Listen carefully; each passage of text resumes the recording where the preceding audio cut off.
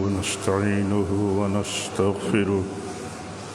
ونعوذ بالله من شرور أنفسنا ومن سيئات أعمالنا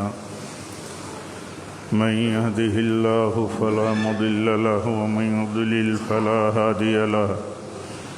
وأشهد أن لا إله إلا الله وحده لا شريك له وأشهد أن محمدًا عبده ورسوله يا أيها الذين آمنوا اتقوا الله حق تقاته ولا تموتن إلا وأنتم مسلمون يا أيها الناس اتقوا ربكم الذي خلقكم من نفس واحدة وخلق منها زوجها وبث منهما رجالا كثيرا ونساء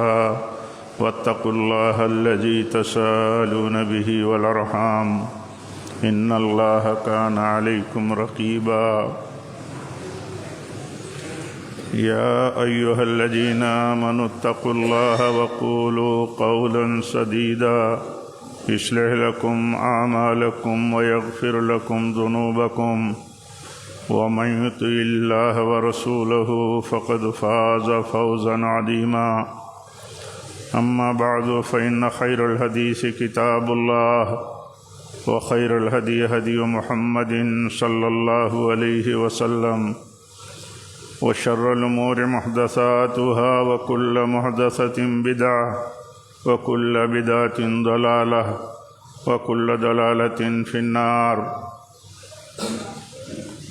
أعوذ بالله من الشيطان الرجيم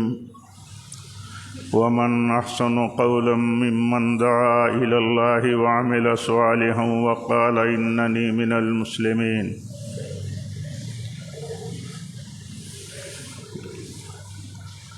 معزز حاضرین جمعہ، دینی بھائیوں، اسلامی ماں اور بہنوں،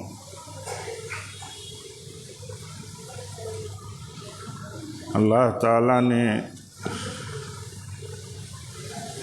ہمارے لیے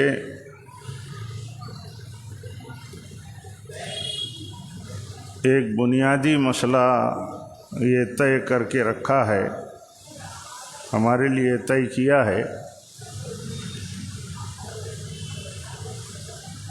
کہ ہم اپنی پہچان کے ساتھ رہیں۔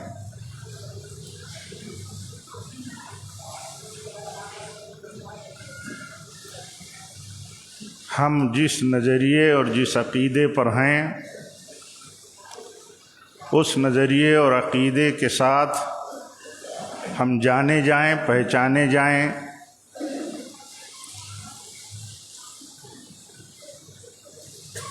تاکہ صحیح نظریے اور صحیح عقیدے اور صحیح مشن اور منہج کی علمی اور عملی نمائندگی ہوتی رہے۔ آپ جانتے ہیں کہ بسا اوقات یا عام حالات میں عوامی سطح پر عوام کا کردار اور کیریکٹر، عوام کا عقیدہ اور نظریہ یہ نمائندہ ہوتا ہے، اور ایک طرح یہ دعوت ہوتی ہے بہت بڑی۔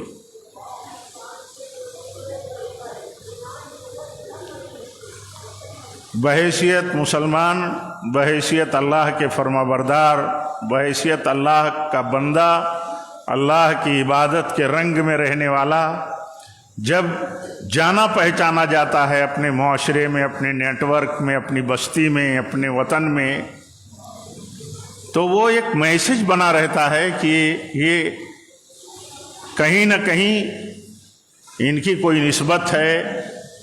اور وہ نسبت اتنی عظیم ہے، اتنی عظیمت کی ہے کہ وہ اس پر ڈٹے ہیں اور اسی رنگ میں رہتے ہیں۔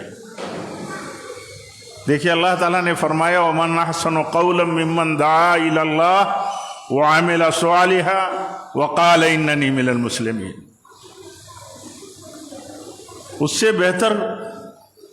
اس سے بہتر کس کی بات ہو سکتی ہے جو اللہ کی طرف بلاتا ہو؟ اللہ تعالیٰ کی طرف بلانے میں ہمارے کردار سے بھی دعوت ہوتی ہے، اور بہت بڑی دعوت ہے۔ اس کی بہت ساری مثالیں آپ سنتے رہتے ہیں کہ کس طرح قول و کردار کی دعوت نے بنیادیں اسلام میں مضبوط کی تھیں۔ آپ بتائیے، نبی صلی اللہ علیہ وسلم نے جب حضرت ابوبکر رضی اللہ تعالیٰ عنہ اپنے دوست کو دعوت دی اسلام کی، تو ان کے سامنے ظاہر سی بات ہے کہ ان کے سامنے کردار اور کیریکٹر ہی تھا۔ آپ سوچئے کہ کیا تھا ان کے سامنے۔ جب نبی صلی اللہ علیہ وسلم نبوت کی ذمہ داری لے کر کے آئے اور پیش کی دعوت اور اپنی نبوت کی ذمہ داری بتائی کہ مجھے اللہ نے نبی بنایا ہے، تو حضرت ابوبکر رضی اللہ تعالیٰ عنہ نے آپ کی دعوت اور آپ کی نبوت کو قبول کر لیا، اور یہ کہہ کے یہ کلیئر کیا سماج میں کہ جس شخص کو میں نے اپنی پوری عمر تک 40 سالوں تک جسے کبھی جھوٹ بولتے نہیں دیکھا، تو کیسے یہ مانے کہ وہ اللہ پر جھوٹ بولے گا؟ وہ شخص اللہ پر جھوٹ بولے گا، ہم یہ کیسے مان سکتے ہیں؟ تو یہ دعوت ہے کردار کی۔ اللہ تعالیٰ فرماتا ہے کہ ان سے بہتر کس کی بات ہو سکتی ہے؟ اللہ کی طرف بلانے والے سے بہتر، اللہ کی توحید کی طرف بلانے والے سے بہتر۔ اور اسی طرح بلاتا ہے تو وہ کیریکٹر والا بھی ہے، ایسا نہیں کہ دعوت ہے، نسبت ہے اللہ کی طرف، توحید کی طرف، ہاں تو اس کا کردار صحیح نہیں ہے، وہ کیریکٹر میں صحیح نہیں ہے۔ تو کیریکٹر میں صحیح نہیں ہے تو یہ تو بہت بڑا خطرہ، بلکہ بہت غلط میسج بن جاتا ہے۔ بات آدمی اللہ کی کرے، بات نسبت آدمی اللہ کی طرف کرے، نسبت نبی صلی اللہ علیہ وسلم اور آپ کے طریقے اور آپ کے مسلک کی طرف کرے، اور کیریکٹر کمزور ہو، اخلاق کمزور ہو، معاملات کمزور ہوں، بنیاد کمزور ہو آدمی کی، اعتبار اس کا نہ ہو، تو اللہ تعالیٰ نے فرمایا کہ اللہ کی طرف بلانے والا اللہ کی طرف بلاتا ہے تو جس بات کا دعوے دار ہے، جس بات کی دعوت دیتا ہے، اس پر قائم رہتا ہے، اپنے قول کے ساتھ کردار میں بھی، یعنی قول و کردار میں قائم رہتا ہے اپنے موقف پر، اور بتاتا ہے لوگوں کو، بتاتا ہے لوگوں کی میں فرمانبردار ہوں، بتاتا ہے اپنے قول و عمل سے، بتاتا ہے کہ میں اللہ کی توحید کا پابند ہوں، اسی کے رنگ میں رہتا ہوں۔ اور اسی طرح نبی صلی اللہ علیہ وسلم کی طرف جب ہماری نسبت ہے، آپ کا ہم کلمہ پڑھتے ہیں تو ہم نبی صلی اللہ علیہ وسلم کے مسلک اور طریقے سے ہٹتے نہیں، ہم ہٹ نہیں سکتے، اس لیے کہ ہم اللہ تعالیٰ کی توحید اور نبی صلی اللہ علیہ وسلم کی سنت اور اسوہ کی جس طرح ہم دعوت دیتے ہیں، دعوے دار ہیں، تو ہم اس پر کاربند بھی ہیں۔ یہ پیمانہ ہے میرے بھائیو ہمارا،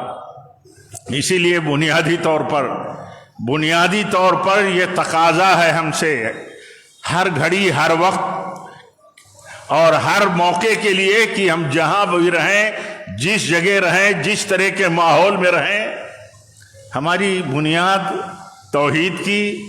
ہمارا کردار توحید کے تقاضے کے مطابق، اور ہم سماج کے اندر جانے پہچانے جائیں۔ کبھی بھی سچے لوگ اپنی پہچان چھپا نہیں سکتے، چھپانے والے لوگ کنفیوز ہوتے ہیں، کنفیوز کرتے ہیں۔ اللہ کی فضل سے ہم کتاب و سنت والے لوگ ہیں، ہماری نسبت، ہمارا مصدر کتاب و سنت ہے، ہمارا طریقہ سلف صالحین ہے، صحابہ کرام ہیں، اور ان کے طریقے پر چلنے والے لوگ ہیں، تو ہماری نسبت کلیئر ہے، ہم کتاب و سنت والے ہیں، اہل الحدیث ہیں،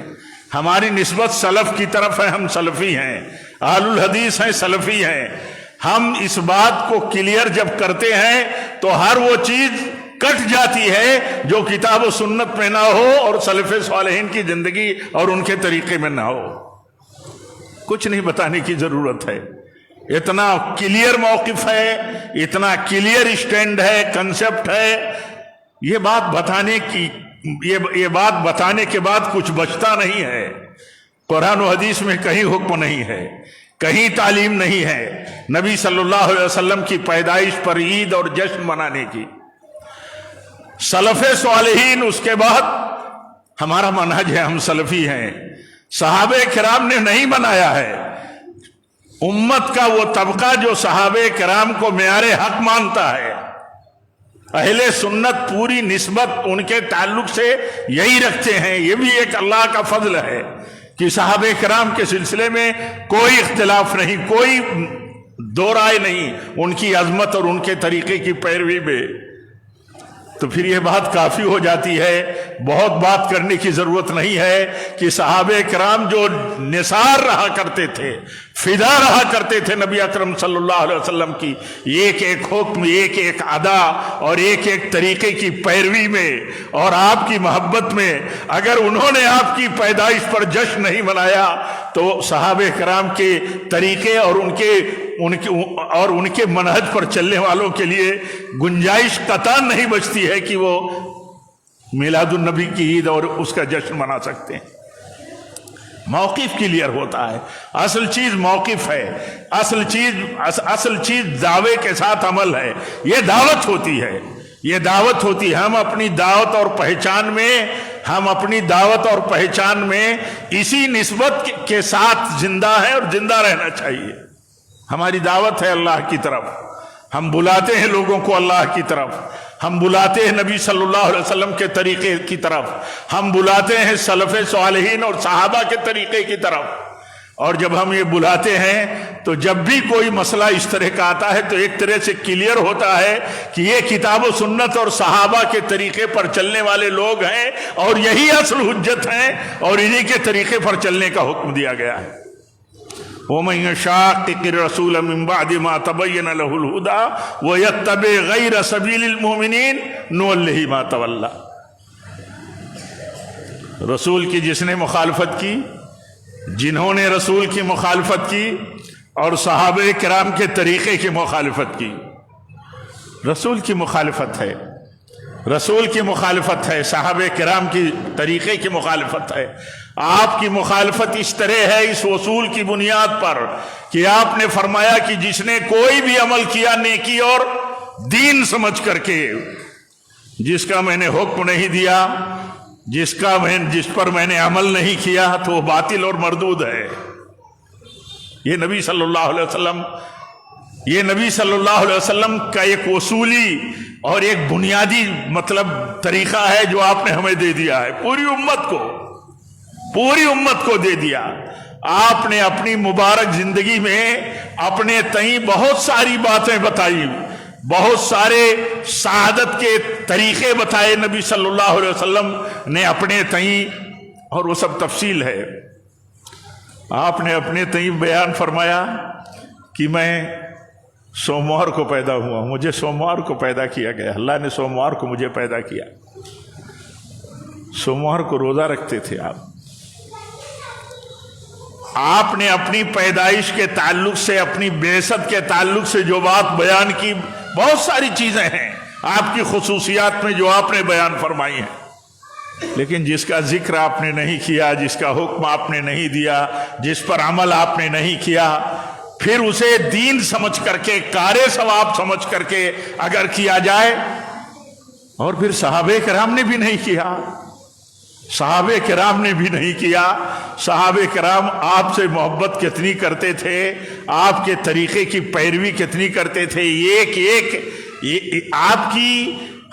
کی زندگی کے تعلق سے ان کا جو طریقہ تھا وہ کیسے بیان کیا جائے، اتنی محبت کرتے تھے۔ حضرت انس بن مالک بیان کرتے ہیں کہ ہم سب سے زیادہ محبت آپ سے کرتے تھے، لیکن آپ اس بات کو پسند نہیں کرتے تھے کہ آپ جب مجلس میں ہمارے آئیں تو ہم آپ کے لیے کھڑے ہو جائیں، قیام کریں۔ آپ پسند نہیں کرتے تھے، آپ نہیں پسند کرتے تھے تو ہم کھڑے نہیں ہوتے تھے آپ جب ہماری مجلس میں آتے تھے۔ اتنی محبت کے بعد، محبت کے لیے کہا جاتا ہے، لوگ کہتے رہتے ہیں، کیا کہتے رہتے ہیں؟ اللہ تعالیٰ سب کا حساب کرنے والا، سارے جھگڑوں کا حساب کرنے والا ہے، اور اس کے لیے ایک دن اللہ نے مقرر کر کے رکھا ہے۔ ہمارا آپ کا کام ہے دعوت پہنچانا،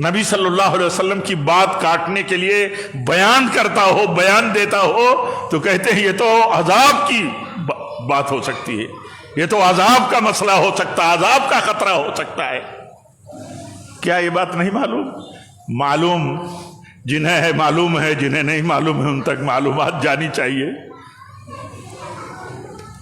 جانی چاہیے،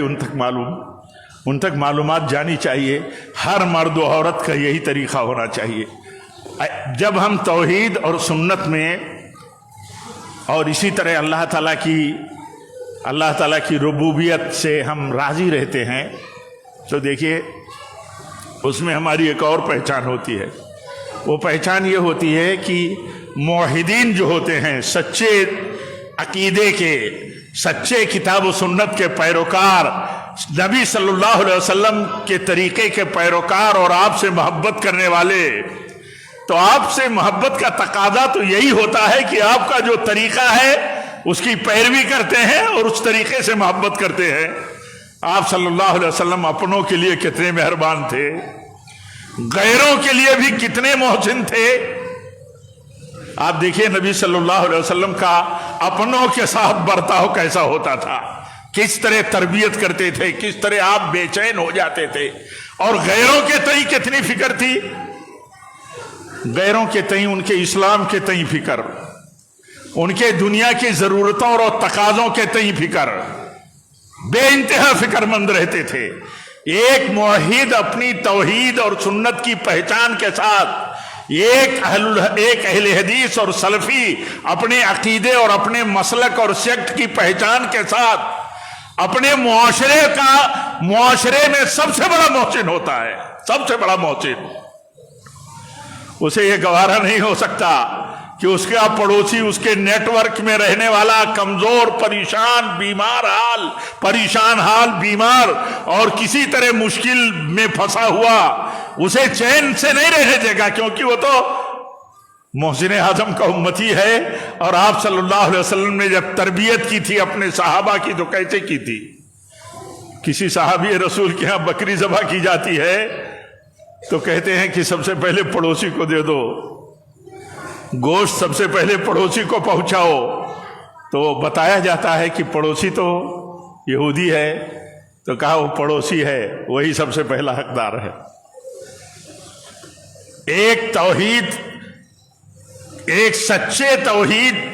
ایک سچا بندہ توحید پر کاربند، اپنے معاشرے اور اپنی کمیونٹی کے سے باہر، معاشرے کے لیے کمیونٹی نہیں، جو جتنے حقدار ہیں ان کے تئیں اس کا موقف کیا ہوتا ہے؟ اس کا موقف ہوتا ہے رحمت کا، احسان کا، ہمدردی کا، تعاون کا، ان کے ساتھ ہر طرح کی خیر خواہی کا۔ سب سے بڑی خیر خواہی یہ ہے کہ وہ ایمان لے آتا۔ ایمان لانے کے لیے کوئی زور، کوئی جبر، کوئی لالچ غلط قسم کی بالکل صحیح نہیں ہے، لیکن یہ کہ اس کی ہمدردی، اس کا اعتماد۔ ایک مسلمان اپنے معاشرے میں اپنوں کا ہی نہیں دل جیتتا، اپنوں کا ہی اعتماد اور بھروسہ نہیں حاصل کرتا، غیروں کے ساتھ بھی اس کا تعلق، رشتہ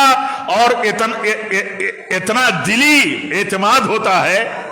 کہ آپ دیکھیے نبی صلی اللہ علیہ وسلم جب ہجرت پر نکلے، آپ کے ساتھ حضرت ابوبکر ہیں۔ آپ بتائیے، خطرناک موڑ پر خطرناک موقف ہے اور راستہ بتانے کے لیے ایک ایسے شخص کو اجرت پر رکھا جو غیر مسلم تھا۔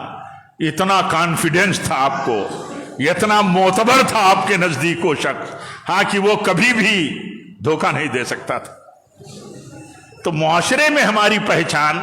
ہم اپنے وطن عزیز میں رہتے ہیں، کہیں بڑی تعداد میں ہو یا کہیں چھوٹی تعداد میں ہو، سوال اس کا نہیں ہے۔ سوال یہ ہے کہ ہم اپنی پہچان، اپنے عقیدے اور اپنے مسلکی تشخص اور سلفیت کے ساتھ ہماری معاشرتی اور اپنی سماجی زندگی میں بھی پہچان ایسے ہی قائم ہونی چاہیے۔ ہم اپنے شہر میں اگر اس نسبت سے پہچانے جاتے ہیں کہ ہم اہل الحدیث ہیں، الحمدللہ یہ ہمارے لیے فخر کی بات ہے کہ ہماری نسبت اللہ کی کتاب کی طرف، ہماری نسبت نبی صلی اللہ علیہ وسلم کی سنت کی طرف، ہماری نسبت آپ کی تیار کی ہوئی مقدس جماعت صحابہ کی طرف کہ ہم سلفی ہیں، یہ ہماری نسبت ہے، ہماری پہچان ہے۔ تو ہمارے معاشرے میں بھی ایسے پہچان ہونی چاہیے کہ ہمارے اپنے ہم سے جتنے قریب ہیں یا ادر کمیونٹیز کو لوگ نان مسلم ہم سے جتنے قریب ہیں وہ ہماری تعلق سے یہی پہچان رکھیں، یہ اس نبی کی امتی ہیں جسے اللہ تعالیٰ نے سارے جہانوں کے لیے رحمت بنا کر کے بھیجا تھا۔ رحمت ہی رحمت ہے، یہ معنی اس کا نہیں ہے کہ آپ رحمت ہی رحمت بن کر کے رہنے کی اور برتاؤ میں کوشش کریں گے تو لوگ آپ سے راضی بھی رہیں گے۔ ہمارا ٹارگیٹ وہ نہیں ہے، ہمارا ٹارگیٹ یہ نہیں ہے کہ ہم ان کے ساتھ اچھا برتاؤ کریں تو ہم سے راضی ہو جائے۔ کفر و ایمان کا مسئلہ اتنا نازک مسئلہ ہے، اتنا نازک مسئلہ ہے کہ آدمی لالچ نہ کرے تو اسے توفیق ہدایت نہیں ملے گی۔ لیکن یہ کہ ہماری جو معاشرتی اور سماجی پہچان ہمارے نبی صلی اللہ علیہ وسلم کی سنت سے ملتی ہے، وہ دیکھیے وہ بہت عجیب ہے اور بہت بڑی ہمارے لیے اپیل ہے، بہت بڑی اپیل ہے آپ کی وہ سنت اور آپ کے وہ طریقے جو اپنوں کے ساتھ تھے اور غیر مسلموں کے ساتھ تھے۔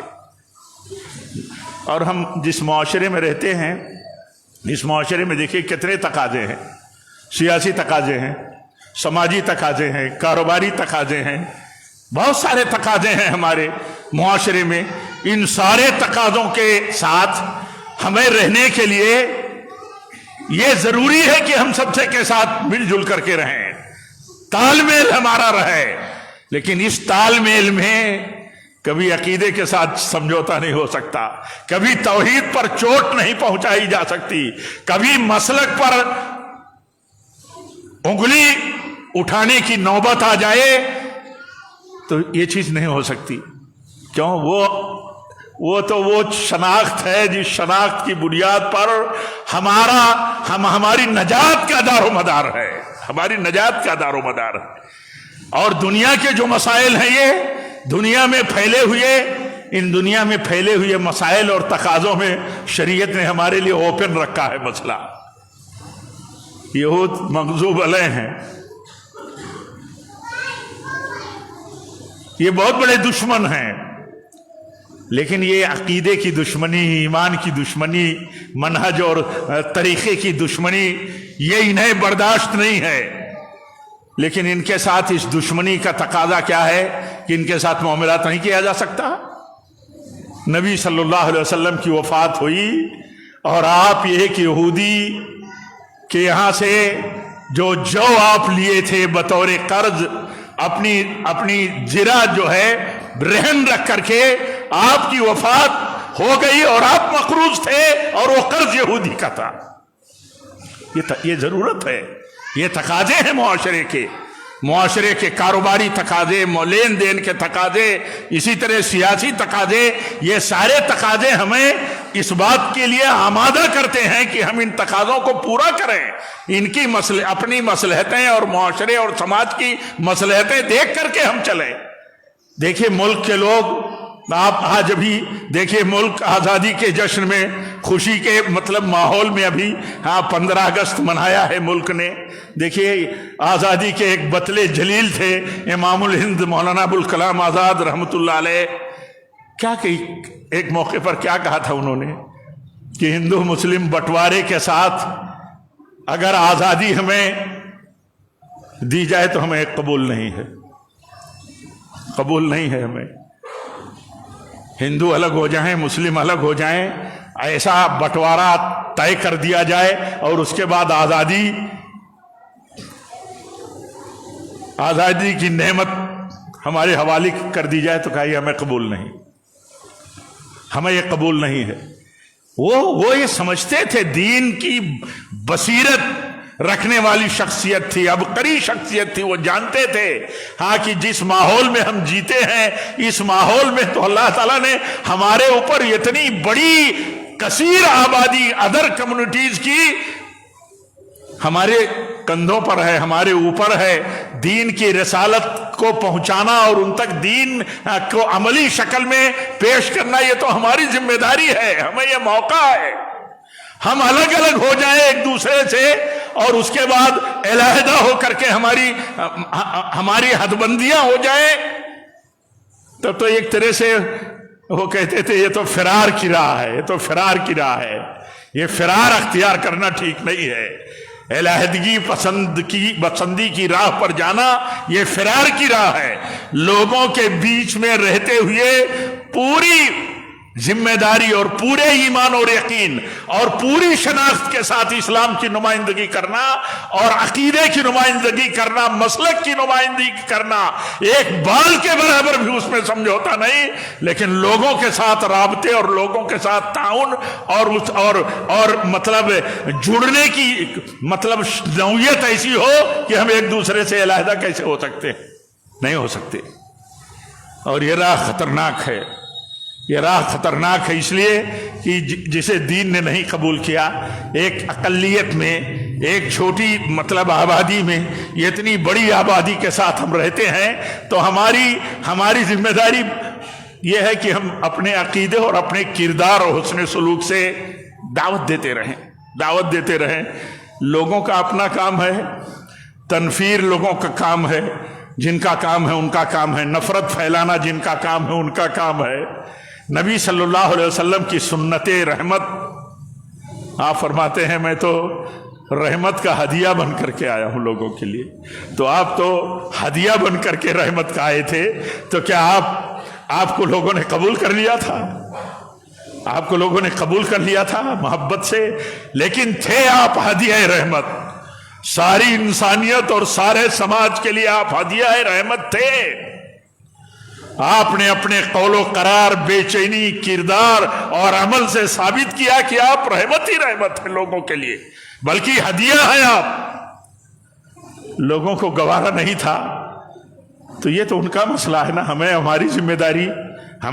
ذمہ داری دیکھنا ہے۔ لوگوں کے برتاؤ اور کرتوتوں کا معاملہ جہاں ہم اپنی استطاعت سے اصلاح نہیں کر سکتے، وہاں اللہ تعالیٰ کے حوالے ہی کرتے رہنا ہے، صبر کرتے رہنا ہے۔ تو یہ دو بنیادیں ہمارے لیے بہت اہم ہیں، صحیح عقیدے، صحیح منہج و مسلک کی نسبت کے ساتھ جو اللہ تعالیٰ نے ہمیں توفیق دی ہے نسبت کی، اس کی پہچان کے ساتھ زندہ رہیں، اور یہ زندگی قائم نہیں رہے گی، مستحکم اور مضبوط نہیں رہے گی جب تک انبیاء کے وارثوں سے، ہم معتبر علماء سے جب تک ہم جڑے نہیں رہیں گے، یہ قائم نہیں رہ سکتی۔ اس کی مثال ایسے سمجھ لیجیے جیسے کوئی پیڑ ہو جس کی جڑیں بہت گہری ہوں اور اس کے تنے آسمان تک ہوں، وہ پھل ہی پھل دیتا ہو، لیکن اس پیڑ کے لیے ضروری ہے کہ برابر اسے سیراب کیا جاتا رہے، برابر وہ پیڑ تناور بنا رہے، مضبوط بنا رہے، پھل دیتا رہے۔ پیڑ کے جو تقاضے ہیں، اس تقاضے کو سیراب کرنے کے اور اس کی حفاظت کرنے کے، جو بھی نقصان پہنچاتا ہو اس مبارک پیڑ کو، تو وہ کام کرتے رہنا، نقصان سے بچاتے رہنا، نفع پہنچاتے رہنا، اور یہی چیز ہے کہ ہم علماء سے سیراب ہوتے رہے اور اپنے آپ کو اپنے معاشرے میں ہر آدمی یہ ثابت کرے کہ ہم اپنوں کے لیے تو بے انتہا ہماری اپنائیت ہے اپنوں کے لیے، لیکن ہم غیروں کے لیے بھی بے چین ہیں، ہمدرد ہیں، محسن ہیں، محسن اعظم کے ہم امتی ہیں، تو ہم بھی غیروں کے لیے محسن ہیں۔ اللہ تعالیٰ سے دعا ہے کہ رب العالمین ہم سب کو دین کا صحیح کنسپٹ سمجھ کر کے، دین کا صحیح موقف اور نظریہ سمجھ کر کے، صحیح اس پر اسٹینڈ لے کر کے، اللہ تعالیٰ ہم سب کو زندگی گزارنے کی توفیق دے، ثابت قدم رہنے کی توفیق دے، اور رب العالمین جب تک ہم زندہ رہیں تیرے تقوی پر رہیں، تیرے نبی صلی اللہ علیہ وسلم کے طریقے پر رہیں، صحابہ کرام کے طریقے اور مسلک پر رہیں، اور اے اللہ جب بھی ہماری موت ہو تو اسی پر ہو۔ وآخر دعوانا الحمدللہ رب العالمین۔